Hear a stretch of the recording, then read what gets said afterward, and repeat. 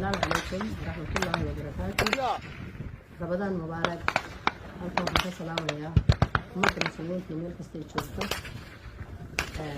ummadda Soomaaliyeed gaar ahaan Kubraha Xaaji Xasan Xaaji Maxamuud oo ka mid ah saraakiisha xisbiga talada xiliga haya dalka Somaliland ee xisbiga wadani ayaa ka hadashay xaaladaha amni ee xiligan ay wajahayso isla markaana Kubraha Xaaji Xasan Xaaji Maxamuud oo iyadoo ka mid ah siyaasiyiinta beesha Habarjeclo ee ku jira xisbiga talada haya ee wadani ayaa ka hadashay dagaaladii u dambeysay ee ka dhacayay gobolada bariga Somaliland. السلام عليكم ورحمة الله وبركاته. رمضان مبارك. halkan waxaan ka salaamayaa ummadda muslimiinta meel kasta ay joogto ummadda Soomaaliyeed gaar ahaan reer Somaliland. magacaygu waa Kubraha Xaaji Xasan Xaaji Maxamuud. waxaan ku noolahay Hargeysa. waa maalin Ramadaana. bisha Ramadaan waa 12 fadliga Ramadaanta waxaan leeyahay ummadda muslimiinta meel kasta waa Ilaahay inooga dhigo Ramadaan dambi dhaaf wadamana inuu gaarsiiyo nabad qab iyo caafimaad. bacda salaan marka inta ka gudbo beeyahan waxaa ka jiray dalkeena Soomaaliyeed gaar ahaan Somaliland dagaalo la isku shufeelay oo la isleeyayo gaar ahaan reerka aan ka soo jeedo ee Isaaq iyo Daarood oo hooyada iyo aabahay yihiin. markasta waxaa dhacaya dagaal aad iyo aad wax laga argagaxaa. jimcihii Ramadaanta wuxuu ka dhacay boqorkeen dagaal aad u xun. mid ka horeeyay wuxuu ka dhacay Dawacali mid aad u xun. kuwa hore waxay ka dhaceen Qorlugud iyo Ceerigaabo iyo dhul fara badan. marka waxaan ku baaqayaa in dagaalka Ilaahay laga boqo oo la iska dayo dhiigga Islaamka oo laga joogo dhiigga Islaamka oo heshiis la raadiyo.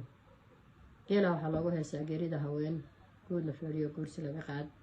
geeridaadana gaawo maran iyo gaajo laga qaad geerideedana guryo baayo goblan laga qaad goblan iyo guryo baayo baa laga qaadayaa.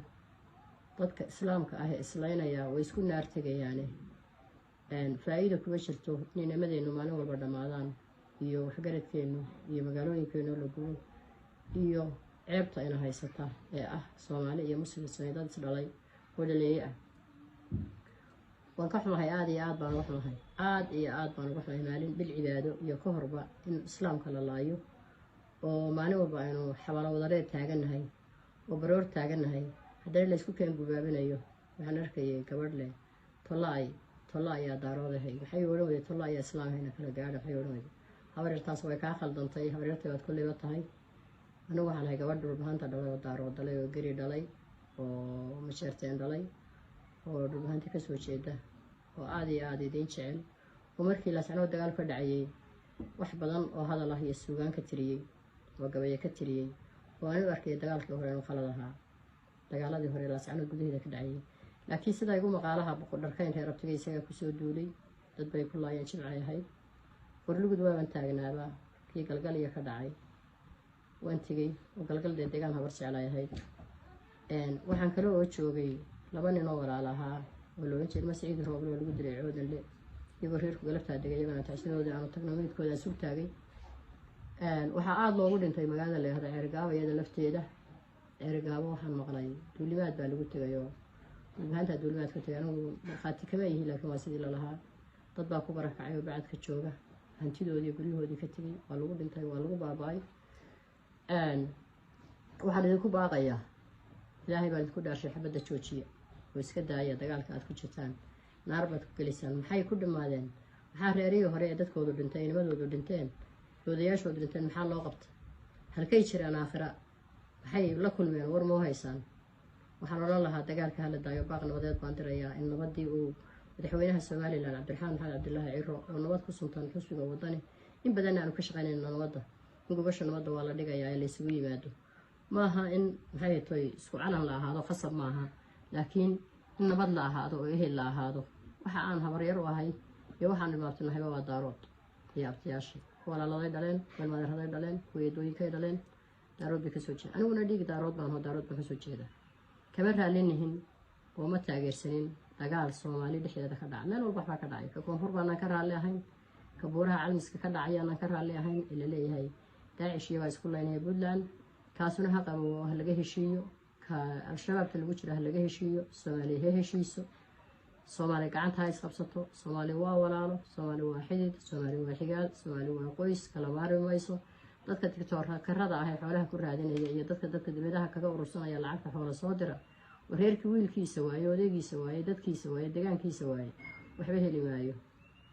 qofna guri aanu lahayn ku ladi maayo waxaan laa boqdharkayna reerkii lahaa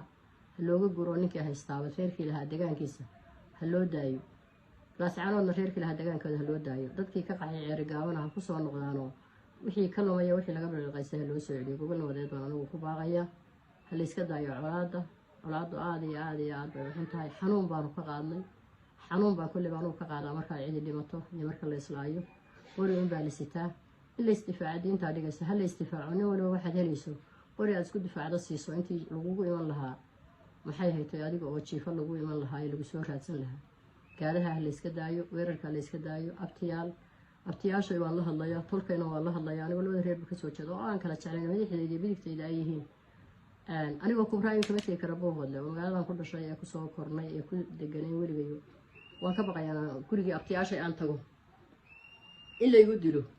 abtiyaashay ma soo booqan karo iyana ma soo booqan karaan abtiyaashay degaankooda burca iyo hargeysa way ka maqan yihiin ma joogaan inkastoo hargeysa daaroodku ka buuxo ahaan weliba joogto danaabtiga ayaan adduunka ugu jeclay cumar sheekh cismaan oo ahaa sheekhal beledkii maxay tahay masaajidka burco ee saalixiyada ayaa ka maqan oo aan imanin waayo lafihiisa u baqayba in laguga dhex dilaba marka waxaan leeyahay dadka waxgaradka ah ee islaamka ah ee cuqaasha leh ee culimada leh ee dhallinyarada leh ee hooyooyinka leh ee dumarka leh ee dhallinyarada